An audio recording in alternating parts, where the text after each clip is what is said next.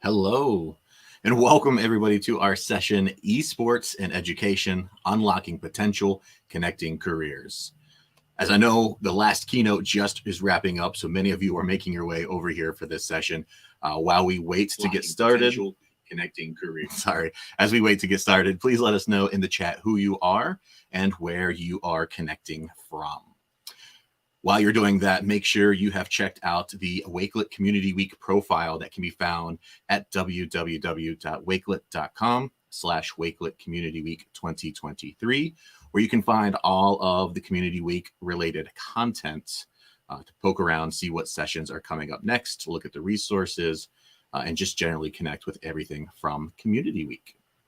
We're going to explore the awesome potential of esports in today's session, education, discover how esports can improve student engagement, and help learners think outside the box. Before we begin, I want to remind you about the social media competition. So for all of you that are out there participating all week long, please remember that whatever social platform you're utilizing, make sure you share your learning and key takeaways. Tag at Wakelet. Make sure you use the hashtag Wakelet Community Week so that you can win some awesome prizes. We've got swag packs. We've got some experience gift cards that you can use for things in your area like amusement parks or a day out. And the big one, of course, a trip to ISTE 2024. This session is being recorded, so you can play it back later on in case you missed something or the shenanigans of these two speakers today, kind of deviate from what you're looking for, because backstage, it's been fun. The banter, I can tell you, is amazing, and I'm really excited to host this. So this will be recorded. You can play it back later on. And the certificate link, it'll be sent out with the resources later on throughout this presentation. So without further ado, I am super excited and really proud to bring on and welcome to the main stage the always incredible duo. And I think she said for the very first time in the same place presenting together, Becky Keene and Stephen Reid. Is that right? It's the first time? It's our first co-keynote. Co-keynote. As you're going to find out, we've worked together a lot, but this is the first time we've ever co-presented a keynote. I was going to say, I've oftentimes seen you at events together, right? You make the circuit, you travel, but the first co-keynotes, this is going to be a momentous occasion, and we're really excited for this. Brilliant. And thank you, Wakelet, for making it happen. Yes, we're excited as well. We're excited to jump in.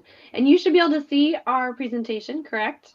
Yep. So in 1 minute, we're going to pull it up, and the stage is yours. So I'm going to fade to the back. And Becky and Stephen, this is all you. Thank you, Ryan. So fun to have you be our host this morning. So hi, everyone around the world. It's really fun to see so many familiar names and also new connections in the chat this morning. My name is Becky Keene.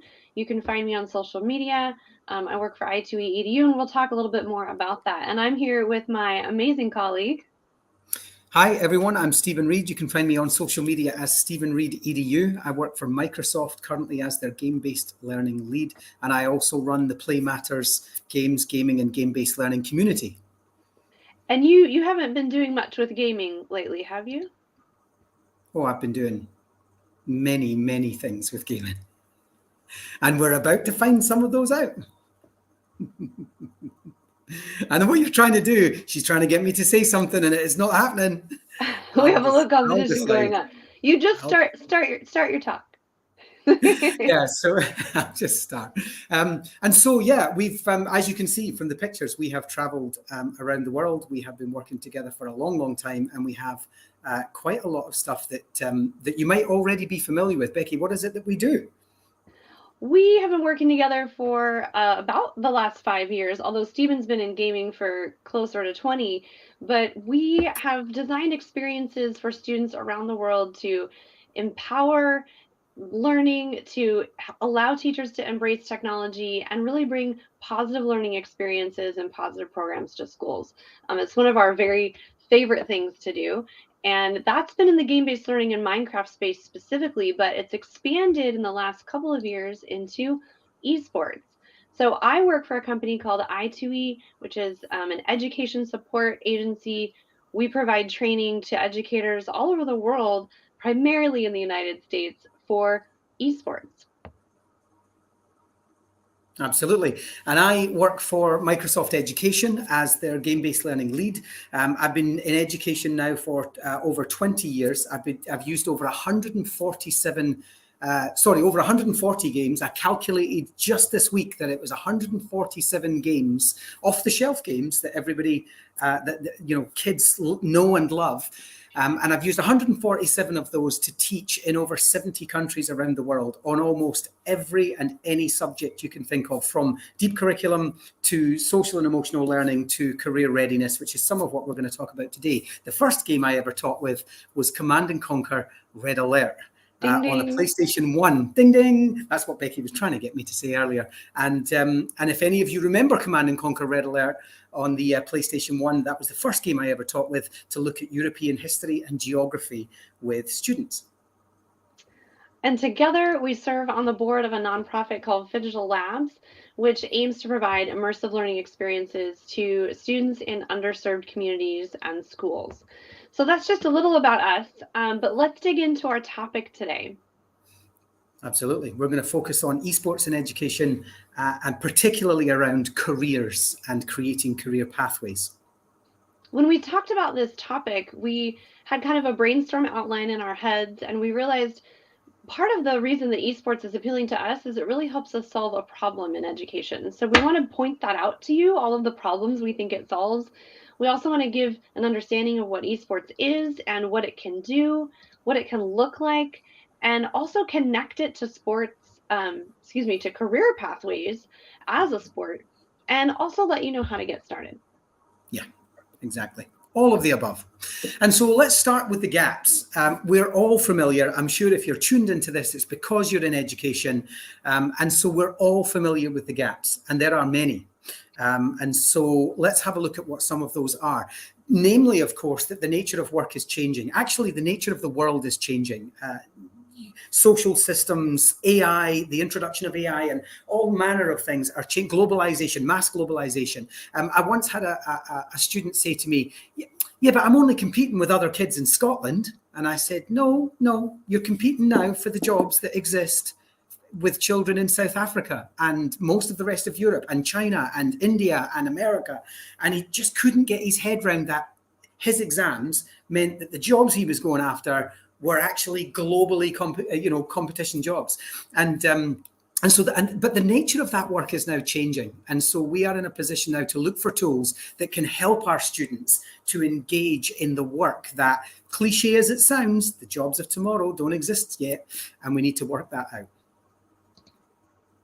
Education system technology lag. Now, we're all familiar with, I remember 20 years ago, we used to have this, and it was almost like we said it with pride. We'd say, education's 10 years behind. By the time you've introduced a technology, 10 years later, education catches up and says, hey, we should be doing that. It's not good enough. In fact, given point one and the nature of work now, we have to move faster. We have to start using the tools that our students need today, the ones that they're engaged with today. And so this idea that somehow in 10 years' time we'll introduce the technologies our kids are interested in is hopeless. We must change that lag. Relevant assessment. I mean, we all talk about teaching to the test, and almost everyone, I'm sure, in this room will roll their eyes when we say it. But we have an opportunity to make assessment relevant to the nature of work that we talked about above. And so esports can help us to do that. But right now, that's still a gap. Right now, we are still assessing for, or we're creating assessment systems around opportunities and even careers that are irrelevant tomorrow. So we have to have a think about that. Digital literacy. We're all aware of just how fast the digital world is growing and how fast it's moving and how vast it's becoming. The introduction of AI actually has just turned that completely around again. And so we have to start helping our students to cross that gap of digital literacy. Where are we now? Where do we need to be? And what's the digital bridge that we need to build? Mental health.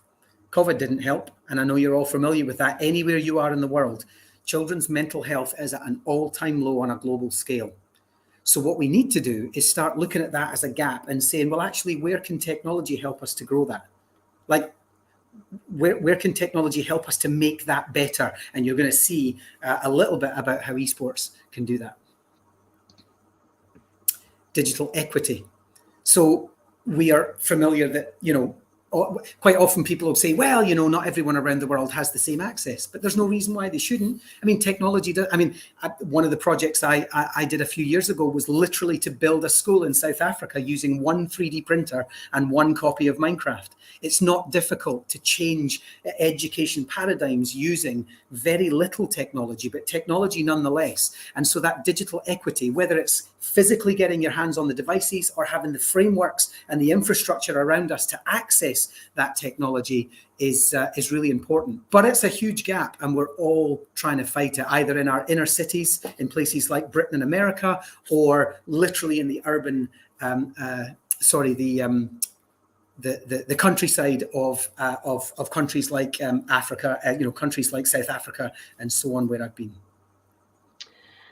Stephen, it's almost depressing. We've got this black and white I know, right? graphic with someone standing on the ledge. What we did next. Right. And so I get to have the joy of sharing with you some positives, the beauty, the positive solutions. So when we think about everything Stephen just went over, all these gaps that feel a little bit discouraging in education, the reality is we have this activity, tool, engagement strategy, whatever you want to call it, sport, team, that brings a lot of positive solutions and really bridges the gap in between what students are currently doing in a traditional school environment or don't have access to, and something that brings in new opportunities. It gives them an awareness of some new work styles, ways that they can look to their futures for something outside of maybe something they've imagined before. It shows progress in our educational systems. It gives students a chance to understand what's coming next in a kind of a cutting edge industry. Gaming has been at the forefront of change and technology for a very long time. And so putting kids in a space that they're seeing that happen in real time is incredibly exciting and incredibly empowering. It gives us opportunities for truly relevant assessment that's connected to careers and futures. When we look at student portfolios, which we're going to talk about, and giving kids opportunities to demonstrate the skills that they have for a future career, instead of, my son just took a standardized test this morning. Instead of focusing all of our energy on one test on one day, we're opening up so many doors for our kids. We know that it builds digital literacy, which Stephen spoke about, because they're engaging in authentic content. I don't know how many times students have had to read huge amounts of content in a game. They're reading it quickly, they're processing information, they're making decisions based on their comprehension of that text. And that's today's comic book. When I was young and it was like, oh, can't let kids learn to read with comic books. And now we're in a space where we could be letting them learn to read and build fluency and comprehension through games.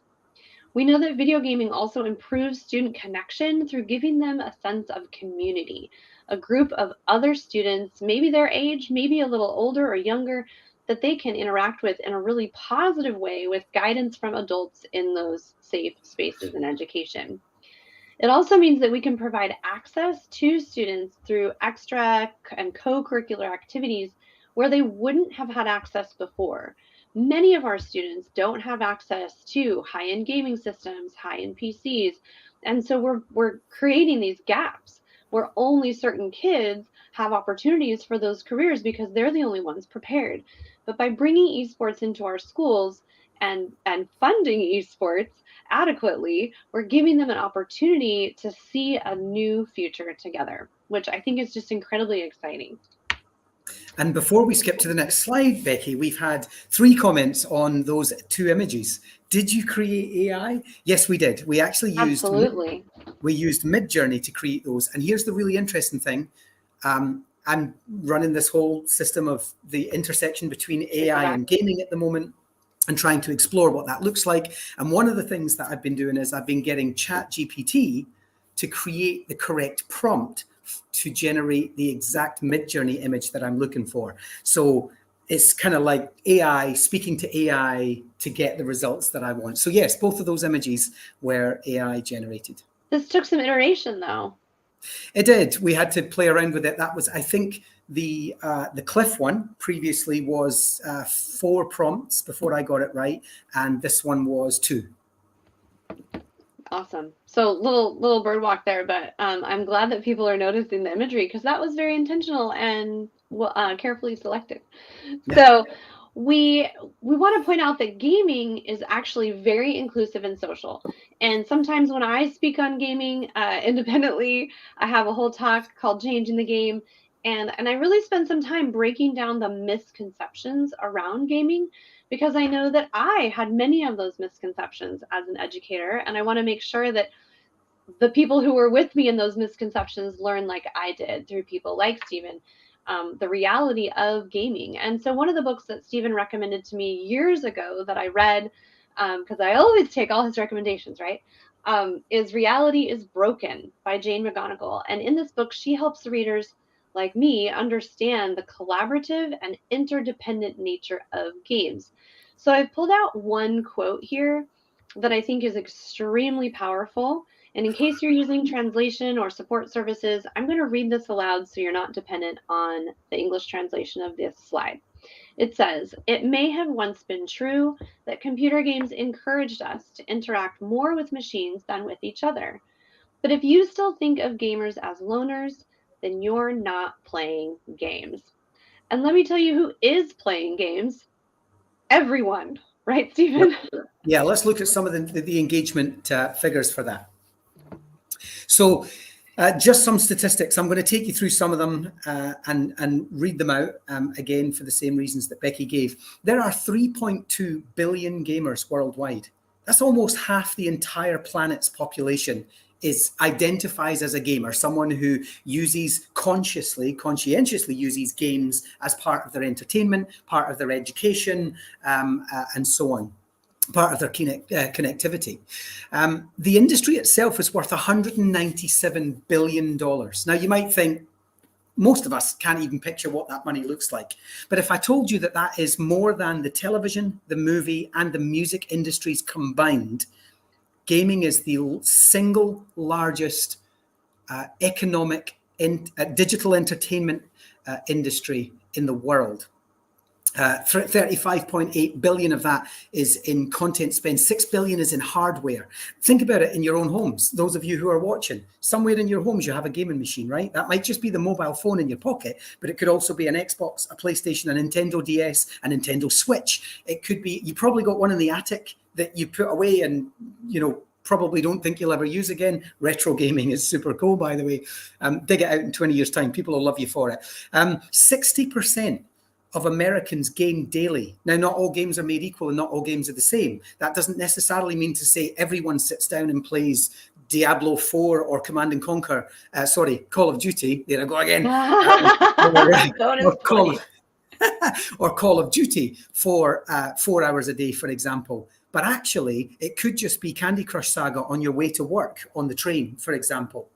And another thing that comes along is people quite often say to me, when non-gamers will quite often say to me, yeah, but it's just a bunch of kids, right, in their parents' basements wearing like geek t-shirts. And I say to them, actually, only 21% of all gamers in the world, 3.2 billion gamers in the world, are actually under 18 years old, because the average gamer is 34 years old and is a property owner, which we all know is becoming increasingly difficult. These are successful, independent people, clever people who are gaming as part of their daily lives. 45% female, 55% male. The significant one I wanted to point out, though, is the parents that game with their children. 55% of parents now actively game with their children. Now, what you will notice on the right-hand side is that in 2021, that number was just 15%. Now it's 55. Now, that is largely in part to do with COVID. COVID saw a massive increase of parents engaging with their children in gaming worlds. Something I've always said when I'm teaching about gaming is parents will quite often say to me, I don't know what they're doing. They're on the laptop in the bedroom and I'm in the kitchen. It doesn't really matter. And I say, but it does matter. This is where your children are choosing to spend their time. Be with them. You would be with them on the floor playing Legos. You would be with them on the dining room table drawing. So be with them in digital spaces. It's changing, 55%. And then the average gamer plays 4.2 hours per day. Think about that in terms of your own days. So those are just some of the numbers that allow us to see just how big and just how prolific this is as part of it's a social phenomenon. And these numbers are pretty amazing, Stephen. And I know people in the chat are probably thinking, like, where did you get these numbers? We could probably share that out, the sources later on. Yes, sorry, I meant to put them at the bottom and I didn't, but I do have the source. It's like an amalgamation of like 5 or 6 different sources. Yeah, absolutely. So let's take a look at one example of parents gaming with children, because just recently there was a pretty amazing worldwide phenomenon in the gaming industry. Absolutely. Just one of those games. Now, whoops. Here we go. There we are.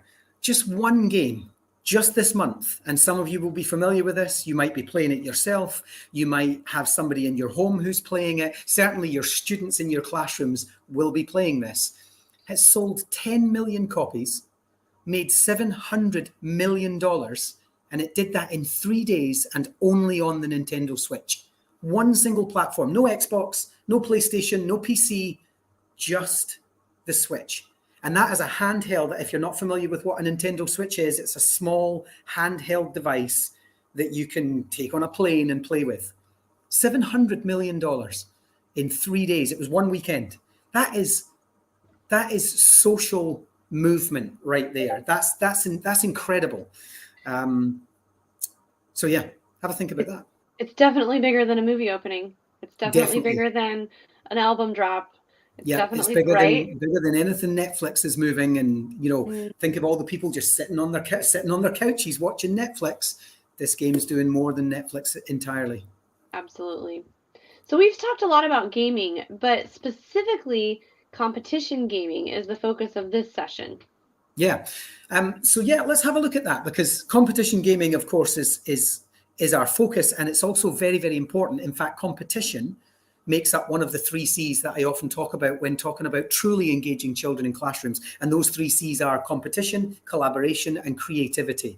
And so as one of the top 3, it basically commands what esports is. And you can see here, I'm not going to read all of this for you, but I will summarize by saying that esports, which of course is short for electronic sports, is about multiplayer video gaming in a competitive way, usually amateur or professional, but it also has to be organized.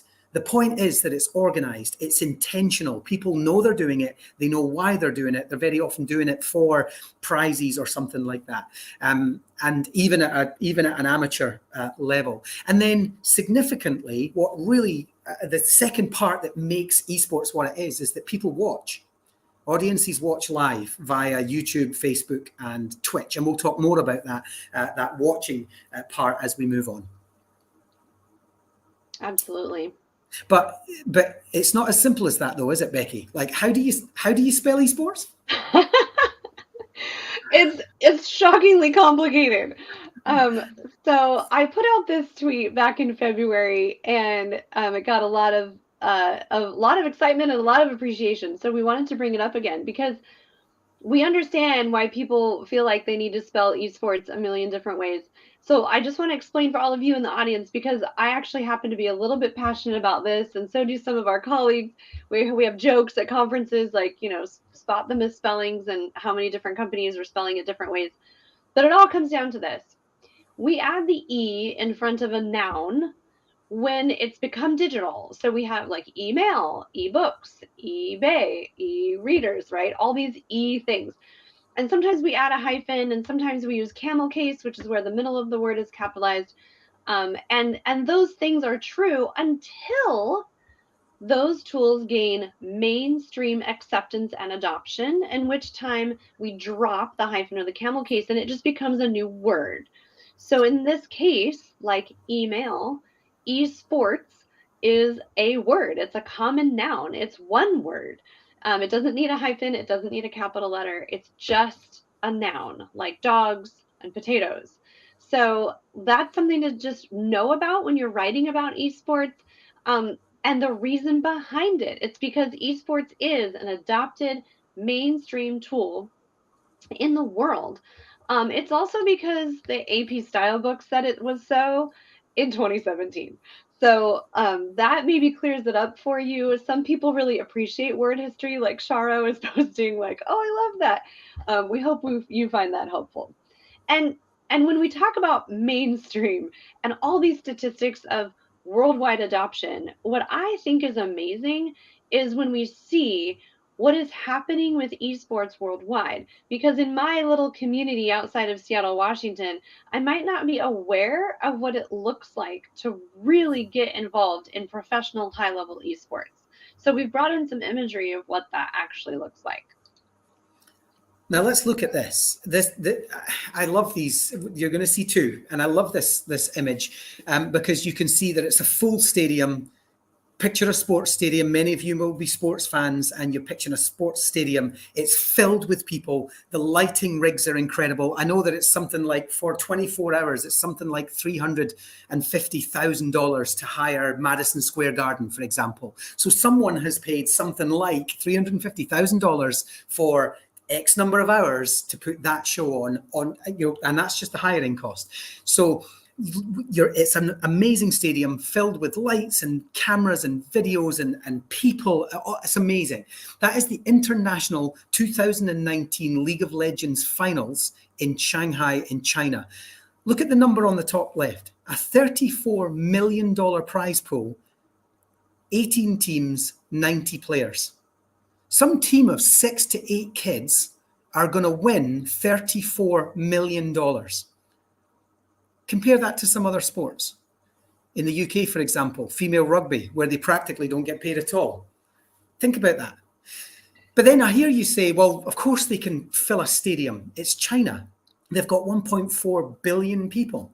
But it's not just in China. No, this is Paris. Paris has a population of roughly the same as the UK. League of Legends 2019 finals, $2.225 million prize pool, 24 teams, 120 players, but 106 million unique viewers. Look at the bodies in there. Look at the people that have just turned up. Now, it's funny because people then say to me, I've literally had teachers say to me, so all these people just like come and watch other people playing video games. I'm not a soccer fan. I do not watch the sport. In fact, I live in Qatar where the recent World Cup was, and I left for the World Cup because I just can't be doing with it. Because to me, why would you turn up to a stadium and watch 22 people kicking a ball around? It's the same thing. So we just can't, somewhere in our psychology, we just can't seem to correlate people watching other people playing video games, but we can correlate them watching someone play tennis or someone, Wimbledon every year, or the NFL. Like hundreds of thousands, if not millions of people turning up every year to watch other people run around with a ball. And so that's Paris. The numbers are astounding. 106 million unique viewers.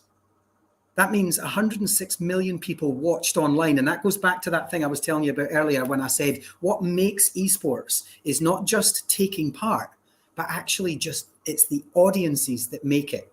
People are willing to come and spend money watching this.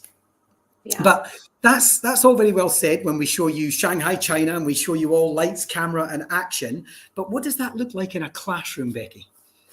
Well, it looks a little different. So, for example, there's some chatter in the chat about, do we have these in the United States? Are they elsewhere in the world? And to be fair, it's not that this arena is exclusively dedicated to esports, right? It's being used for an esports tournament. We do actually have in the US an esports arena in Arlington, Texas.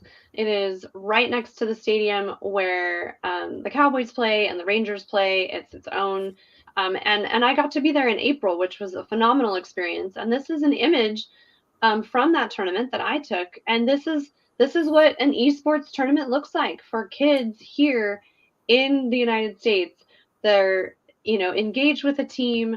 Their parents are there watching. Their friends are there watching. They've got their energy drinks with them. They're wearing their team jerseys, and it's all different types of students, and they're being projected on the main stage. And we saw students coming up with shirts and ties on, and kids in different outfits, and they're being just absolutely, championed in this esports arena. It's a very, very cool experience. And part of what I think is most amazing about that is the opportunity that students have to work as a team, to cheer for each other, to have these wins and successes. You can see the students in these videos getting extremely excited about what just happened, cheering each other on, giving each other, high fives and sportsmanship, really being a part of something greater than just sitting down and playing a video game independently. You can see these students are playing Rocket League, get very excited in one of their successful moments, scoring a goal, getting, super excited up and down. And this is what's happening all the time across the United States in tournaments where students, and around the world, obviously, I just have seen them here, but students are being able to participate in completely new and different ways. Now, these are just two tiny videos. I don't have, every type of student. So we've grabbed some additional headlines from students around the world who are participating in esports in new and different ways. Some students who would not have been participating in traditional physical sports, and some students who are multi-season traditional sport athletes who also play for their school esports team. We've heard stories of, basketball coaches who are like, can you please move your esports season because it conflicts with basketball playoffs, and they're like losing their players to esports. So one of the really amazing things to watch in the field of esports is the inclusive practice of the fact that any kid can join an esports program. Thanks to things like the Inclusive Tech Lab at Xbox and Microsoft that design game input devices, game controllers for any type of student, any type of human, actually. Esports are traditionally extremely inclusive of neurodiverse students, students with different abilities. There's just this wide range that happens when we take out a required physical component. It's very, very cool. There's this example in the middle, I'll let the video play here, of a student who is deaf, and he's an observer for an esports team. So he does all of his observing, which requires his sight, not his ears. And he's able to then sign that content through an interpreter and publish his work for the good of their streaming services. So it's just, I think, extremely exciting to think about this as an opportunity in our school systems to not only reach kids who are far out on the sidelines, but also build connections with those students with anyone else at the school. It's really able to tear down a lot of walls and boundaries that social structures in schools create, because all kids have access to win and compete and collaborate in the digital environment. So this is a little bit of what it looks like big picture, but we wanted to drill down even more, right, Stephen? Yeah, absolutely. Yeah. So let's do that.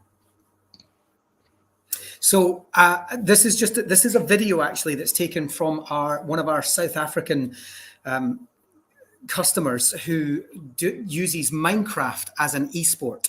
That was the kids getting organized. This one I've just speeded up. This is them laying the foundations of their builds. This is a competitive build battle. You can see all the build, and now it's happening super fast. It doesn't normally, but the kids are all in there. These are teams of 8 kids at a time. Here's another build. You can see they're obviously building a genie and a lamp on the other side. This could be part of a literacy program. So maybe they've been asked to read something. And in fact, the Lost Library is about reading and then building what you've read.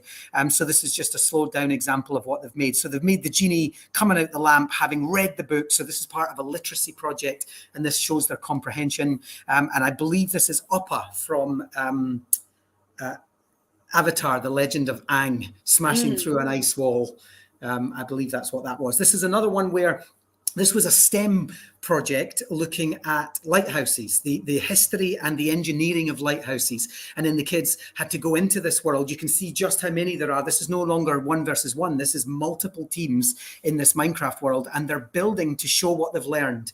They're able to say, I learned this. This one was about pollination. So they had to build gardens that allowed for bees to pollinate different types of flowers.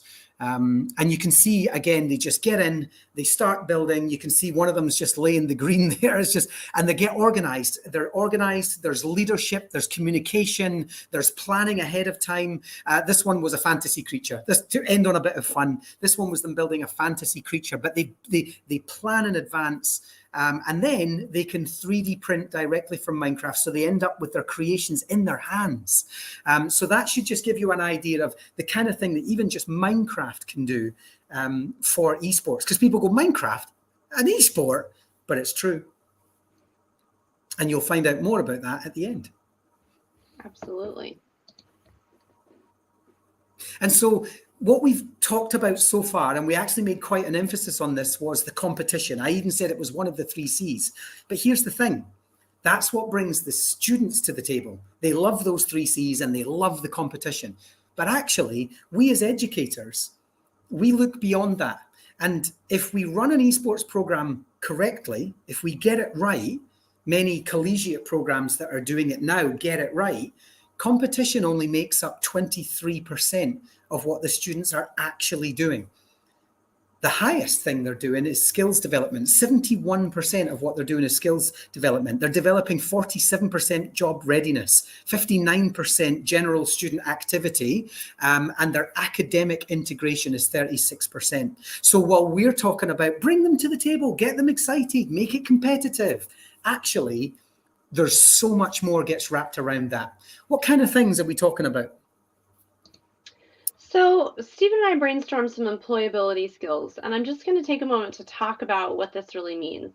It means that, you know, instead of focusing on a test score or a GPA or a degree, many of our industries are now looking for employability skills as one of their top recruiting models. And in fact, colleges and universities who are recruiting esports players, I saw Amanda Macias commented about that earlier in the chat, they are also looking for these employability skills first, above being a gamer. Yep. One of the ideas here is that we can teach a kid to game, but it's a little bit harder to teach self-discipline when we have a player who's collegiate university age and has not yet learned that in life. So when we're thinking about esports specifically, if we think it's something like collaboration, you saw in those Minecraft examples that Stephen put together for us in time lapse, which I think, by the way, is super fun to watch Minecraft time lapse. I love it. So thank you for doing that. But it's so clear that the students are collaborating. They're working together on the same build. And so they're having to make sure that they're connecting on their build. They had to strategize and plan that ahead of time. Any of the games that we're playing, whether it's Rocket League or Dota, they're having to really work together. We're also seeing a lot of leadership with our students. Some schools have team captains that rotate every week, or captains for the season. Some schools have, broken their students into varsity, junior varsity, recreational programs. But regardless of how you structure it, they're looking for students to really be a team lead, guide the team, and also hold them accountable to be at practice and get their grades up and be respectful and all the things that go into being a part of a team. Yeah. We see time management as a skill when we're looking at student athletes who are having to balance match schedules with schoolwork, with home commitments, with their school day. Maybe they have a job in addition to all of that. So we're seeing them be able to manage those things, not only within the esports environment, but also in their life as a whole. And if I may just jump in on that one, someone earlier in the comments said that she had noticed that students who were involved in esports were taking better care of their health. Exactly right. Self-discipline. When we see esports programs in schools run effectively, students start drinking more water, like consciously and conscientiously. They start drinking. They start eating better food. They start sleeping better. They start handing in their homework, because part of the program is if you don't do your homework, then we can't maintain your place on the esports team because you're falling behind in everything else. And so they create this amazing self-discipline as part of the desire to be part of that esports system. That's right. You kind of jumped ahead on me there with the self-discipline shout out. Sorry. Sorry. No, you totally lasered in on it. I love it. So, well, we were going to talk about that. We also see communication, right, as an option where we make sure that students are talking to each other on their teams. Just like on a baseball team, somebody in the outfield's got to yell, "Got it." We see these students who are making sure that they're talking to one another during the match. They have developed maybe some roles on the team, and so they're filling those positions, but definitely talking to each other within a match. But then we also see the skills of a shoutcaster, for example.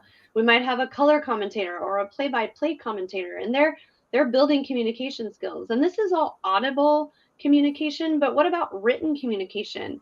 We have gameplay strategy guides. We have students creating articles based on the matches, recaps. There's just a wide variety of possibilities here where students could be demonstrating those things for a future career.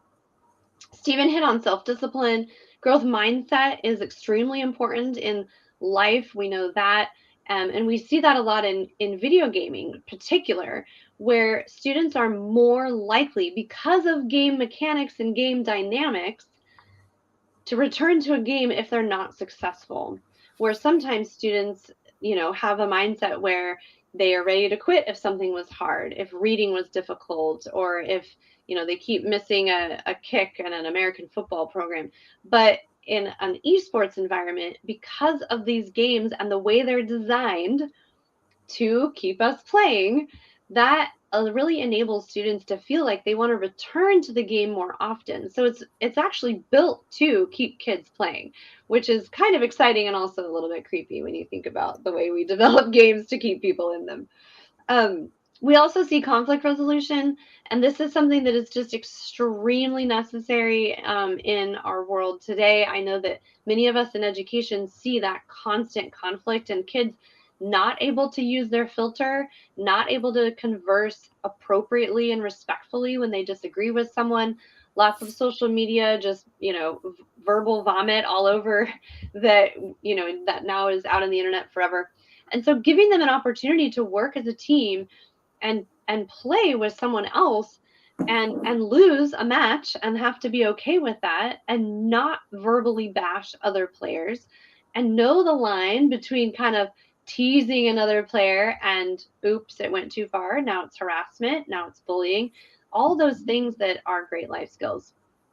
All of this leads to critical thinking and obviously creativity as well, especially in that last build that Stephen showed, where students are building in Minecraft. It's not just, whoever scores a goal in Rocket League wins. It really is about using their full creative capacity because it's being judged on a rubric. It's being scored by someone subjectively, which means they have to bring in more of the C's, as someone pointed out in the chat, more of those critical thinking and creativity skills that really, really matter. Is there anything else you want to pop in on? No, I was trying to see. The thing is, I jumped to self-discipline because one of us has to keep an eye on time, but you never took the hint. Honestly, loves the sound of her own voice, this one. So next slide. This is me too. So I'll just keep talking.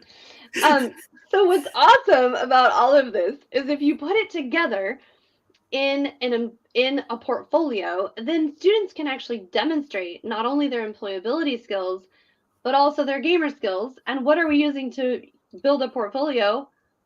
Obviously Wakelet. So I've been advocating for years, students should be building player portfolios in Wakelet. They can be showing examples of not only their contributions to the games as a player with the streams from their class or screen recordings or anything like that. They can also be including their business plan or their design logos or their tournament checklist or anything else they're creating that goes into the esports program. And then speaking of Wakelet, I did a search this morning for the word esports and noticed a lot of content on Wakelet. So if you're Already looking there. to get started, definitely a good place to look for resources. Yeah. All right, you can talk now. Are you sure? Yes. Okay, so actually this isn't for either of us. This is for our audience. So just have a look at these two pictures, everyone. We're back to Esports in Dallas in Texas, and just have a think about what kind of industries you see. Imagine you walk into a room like that. You might even have been in one. You might have one in your school or at local college. What do you see? How many industries? What kind of industries? Like a minute to post to the chat what you see. Yeah, just pop them in the chat for us. I'm going to take a sip of water. Yeah, me too. Because as you pointed out, I did all that talking.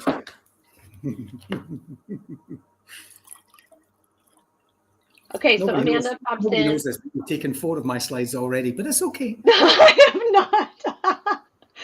Amanda says lighting and room environment. Okay, what else? Tech, communication. Military, yeah, absolutely. Tech. Oh, an ergonomic engineer. Oh, I need one of those. I'd like a new chair. Ergonomically terrific. That's from a video game. If you can name that video game, I will personally send you a prize without internet searching it. Has to be without a web search, though. Okay, time is up. Cleaning. Oh, Barry Mock. Nice one, Mr. Mock. Yes, way to throw that in. Speaking of which, get the dishes done. I hope you're not talking to me. Let's continue on. I was speaking to Mr. Mock. So these are just some. We've compiled a list of some of the things that you might have seen. There are some amazing ones in there. You were right. There was things like tech in there. There's manufacturing and ergonomics. There's cleaning. There's janitorial. There's construction. There's all sorts of things that are going on in that room. There's recycling. There's so many things. But what I wanted to show you in this one was just how far-reaching that is. And by the way, this is just some. This is just the tip of the iceberg. So there's esports orgs that your students can be pointing themselves at, like Excel, G2 Esports, which is one of the biggest in the world, Optic Gaming, Ninjas in Pajamas. And these are massive organizations that are looking for all sorts of esports players, but also the people that go around those esports players, which we're going to learn about as well.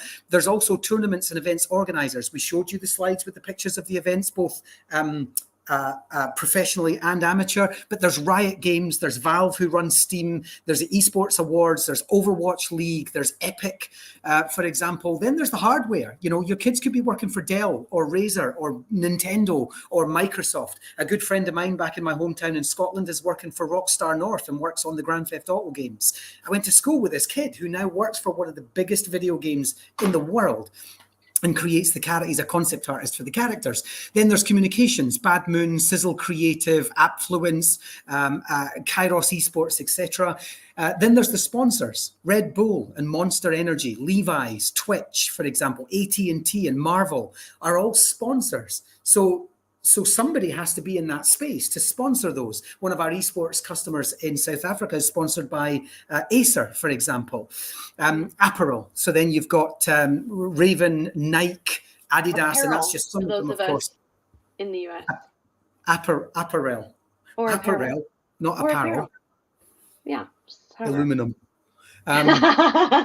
And then there's streaming platforms. We talked earlier on about YouTube and Twitch and Facebook, for example, but someone works for them and they've got engineers of their own and they've got marketers and there's just hundreds, if not thousands of jobs just in that section. And then there's the journalism for people like Esports News UK, Daily Esports, The Loadout, the Esports Observer, for example. And then there's the publishers themselves. We talked about that $700 million that was made by Zelda on the Nintendo Switch. That mountains of people made that happen. Mountains of people at Nintendo. So your kids could be facing a career in Nintendo or Capcom or Epic or Warner Brothers or Riot or Valve. Like there are millions of jobs that your students could be pointed at just by getting them started in an esports program. Absolutely. So the job that we have as educators is to get them there. And this is, of course, industry. So before they hit industry, we just wanted to point out, and this is a very colorful slide, all of the different things that we see happening in secondary education before they head off into their jobs that you could be doing in your schools. So broadcasting is one example. Students leading the live stream, doing pre and post interviews before and after a match. Students in graphic design classes can be designing the logo of the team. I have to tell you, as a person who believes very heavily in student ownership, it hurts my heart a little bit when I talk to schools and they go, "We're going to start an esports program. We already made the logo." And I'm like, "Oh, could you have asked the kids to help with that?" Have your students do it first. And then the graphic arts department can be designing jerseys and t-shirts and social media and streaming assets using OBS and things like that, production assets. That's a whole department. These are not the kids who are necessarily playing the game. They could be players. They could also be ancillary to the player community. So I feel like there's room for all. Marketing, they could be running the team social media handles, doing some marketing in the school, especially when the program is new, building up awareness, and also out in the community. I give that advice to schools all the time, that if they are not telling their community and their parents their successes, how can they get their support? So lots and lots of marketing. Event planning. So we might have people who have a skill set closer to mine who are like, I just want to organize something. Give me a megaphone and a clipboard. And so to have those students in and involved with your teams, you don't have to worry about the tiny details. You know that something's going to be handled, whether it's planning a tournament or inviting the community in to watch a match, or even running a charity like Game for Good, where the students are doing something worthwhile for their community that's tied to a gaming event, which is really cool. Journalism opportunities, where we can be, giving those weekly updates, press releases, interviews, media, as Chelsea's pointing out, photography, getting kids to publish the information about the match, I think is really exciting. Then we get into things like woodworking and fabrication labs. What if students were building the desks and the stream booth and installing lighting and being a part of the esports space? Instead of outsourcing that to vendors and partners and adults, get kids involved in a safe and sustainable way, which is very cool. With the introduction of technology like 3D printing, there's so much more you can do with that in the Fab Lab space. Oh, yeah, absolutely. We also have health classes that can be focused, like Stephen commented earlier, on nutrition. We do find that teams who instate nutrition logs have students who are paying better attention to their diet and their water intake, their sleep habits, all these things that make healthy habits as adults. We can be thinking about gamer psychology. Dr. Rachel Cowart, I'm a big fan. Stephen knows her. I'm just a fangirl, but she does a lot of great work on gamer psychology. And then we also have injury prevention with ergonomics and sports medicine and understanding the physical stresses that happen during an esports match. Finally, IT and hardware.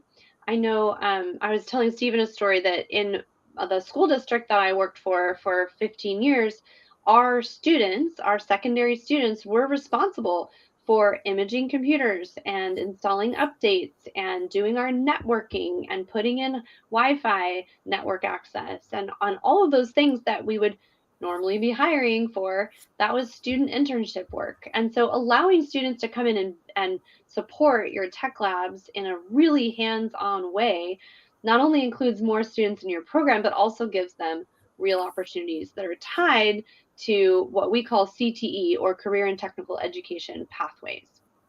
Yeah. So super amazing. And this sets them up, to be adults. Yeah, absolutely. And just on that last one, there's a number of programs that I've been involved in where the kids don't get to play esports until they've physically built the computers. And so the schools are working in partnership with local computer companies. They don't even have to be big companies. We're not talking Dells and Acers and Microsofts. We're talking local high street computer companies and they're in computer stores, and they're coming in and they're working with the students to say, this is why memory is important. This is your motherboard. Here's the GPU. This is why this matters. This is why you need this much storage. Then they build it.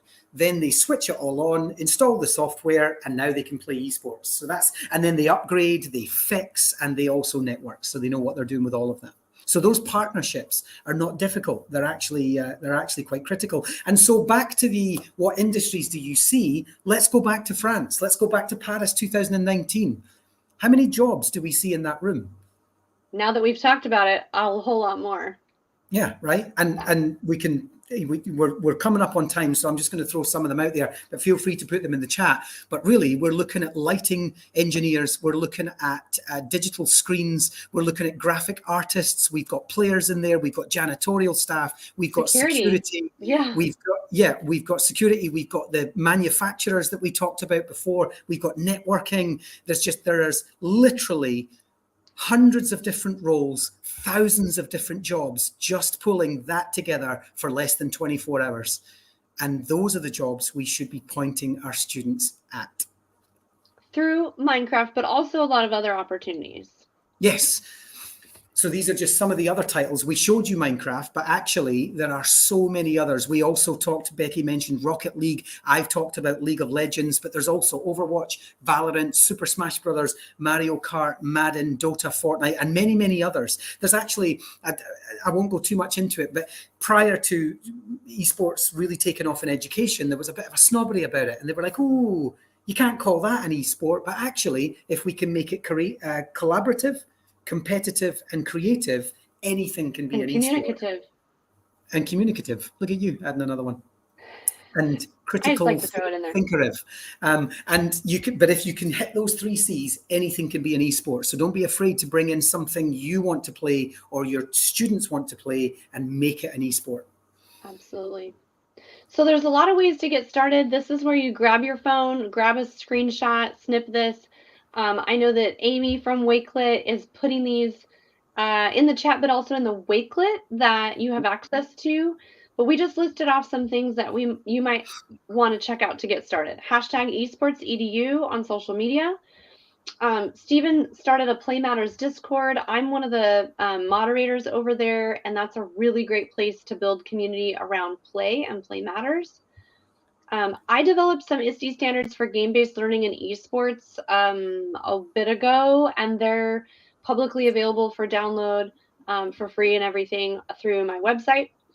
Stephen and his team at Immersive Minds developed the Minecraft esports framework, and that's still available online.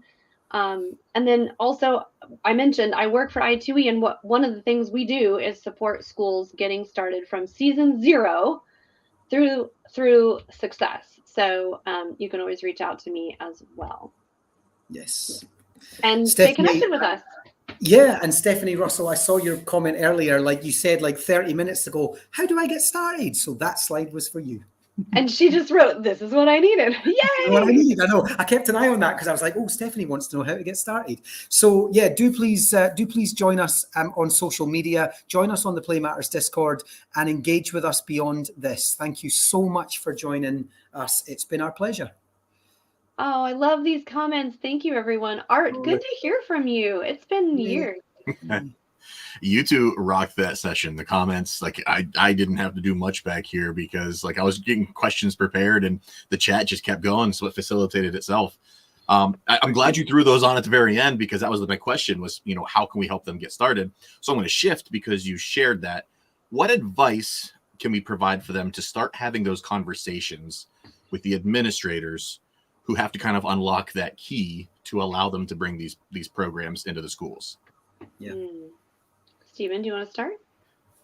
Yeah. So for me, it's always about, there's normally 2 ways I start. I say, if you can prove concept, then prove concept. If you can run a very, very small pilot and show that success, then great. But a lot of people aren't in a position to do that. So a lot of people say, well, I can't really prove concept because they won't let me until they see the benefit. And so it really is about showing them those benefits. So, go back over this if there's an opportunity to get on those Wakelets and find, put in esports and find all those Wakelet resources, get into that esports educator guide. I often say start with Minecraft because, this is genuinely not a Microsoft thing. I've loved Minecraft for 14 years, but I say start with Minecraft because it's such an easy place to start and such a foundational level before you, and you don't have to deal with any of the complex stuff like, does it involve shooting things and will it promote violence, etc. You can start with Minecraft and make it super easy. So look for the benefits. Use some of those statistics that I showed you. Look up more statistics. Reach out to Becky and I. We can help you with that. But it's about really just proving the benefits. And if you can talk, and then linking those benefits to what they want to hear. This is going to benefit our children because A, B, C. This is going to help their mental health. This is going to be far more inclusive than what we're already doing. This is going to help our academic success go up because we're going to use this esport to do mathematics, for example. I'm a huge advocate of not just esports in education. We can all put esports in education, but let's do esports as education. Love that. Becky, Can I add to that? Yeah. Do we have time? Yeah, you're good. So one of the things, well, like a 6-minute answer. So one of the things that you all can use as a resource is I2E has put out a case study document. It's on our website. So if you do a web search for I2E Sports, it'll come up. We're the only one, like it's the first hit. So go to our website, scroll to the bottom and grab, it's a free download, a copy of our case study document and take that to your administrator. Like just, grab the PDF or print it out or forward it, take that to your administrator or school leadership and say, this is what could happen here. We could see greater inclusion. We could see greater attendance. We could be, reducing behavior concerns. We could be increasing academic achievement. We could be balancing our, male and female identifying players in one community. Like there's all these little charts and vignettes from 3 schools around the United States that are totally different. One's a small private school, one's a large public school system. So it kind of fits everyone.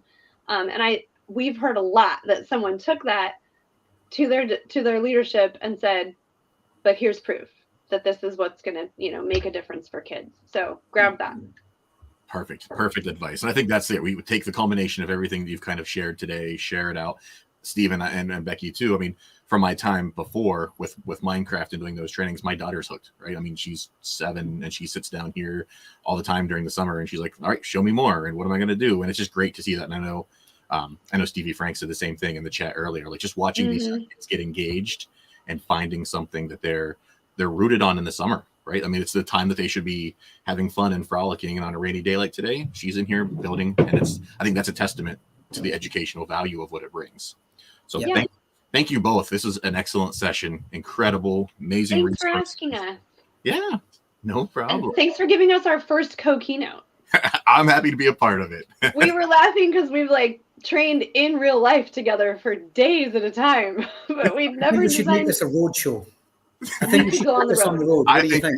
I think you should make it a road show. Yeah, I think both of us still need to go a couple of places on our continent list. We have a little competition. I love it. Makes perfect sense. Yeah. Well, thank you again, both of you. Just for everybody else, keep that conversation moving on, on the socials. Make sure you throw those tags out. Hashtag Wakelet Community Week. Make sure you tag at Wakelet and Stephen and Becky as well. Keep them in the loop for your conversations. I know they'll be engaging on there as well. And thank you, everybody. Make sure you fill out those certificates. Make sure you check out that new community section inside of Wakelet. Keep the conversation moving over there as well. And stay tuned because MISPA will be back at 3:30 Eastern time, my time, for the next session, the Student Project Showcase. Yeah. And I know some people on that. Happy Wakelet Community Week. Thank you. Thanks for joining us. And we will see you all soon.